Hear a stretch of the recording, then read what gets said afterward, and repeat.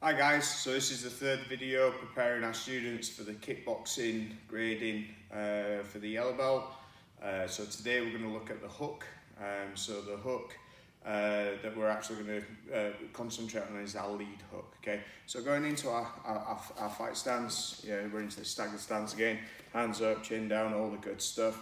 One of the things that we see often with the hook is, again, these are kind of the variations which isn't going to help you in your kickboxing grading, because we're looking for that good technique. This doesn't mean that these punches aren't effective.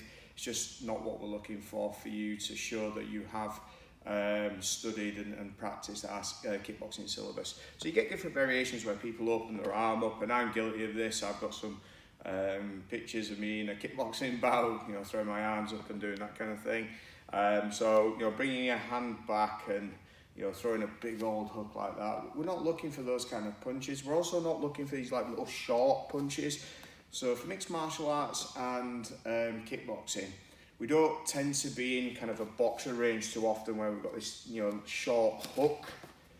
So what I'm really looking for is like a 90-degree angle on between our arm. So this kind of 90-degree angle is kind of a good position for kickboxing and mixed martial arts.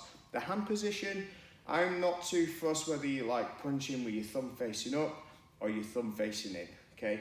If your thumb's facing up, we're hitting with those two big knuckles. If your thumb is facing in, we're hitting these two small knuckles, okay? People tend to use this more for kind of a longer hook, okay? That's not this, because I'm still using that technique, but I'm just extending my arm out, so my arm goes from a 90-degree to a greater angle. It's not quite 180, so probably, I don't know, 110. So people tend to use that for kind of a longer hook, whereas a shorter hook, I think people tend to favour this. But as long as the arm's in the right position and you're throwing the hook correctly, for your grading, it's fine. You can use either way, either hand position.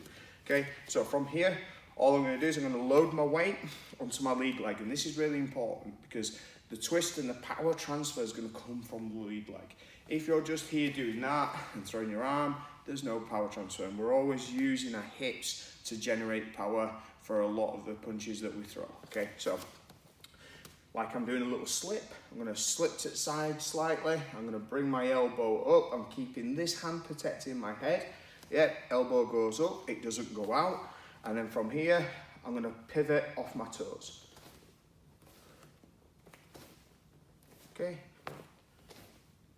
into that position. Okay, you can throw it from here as well, just a slight little bit of weight here and across.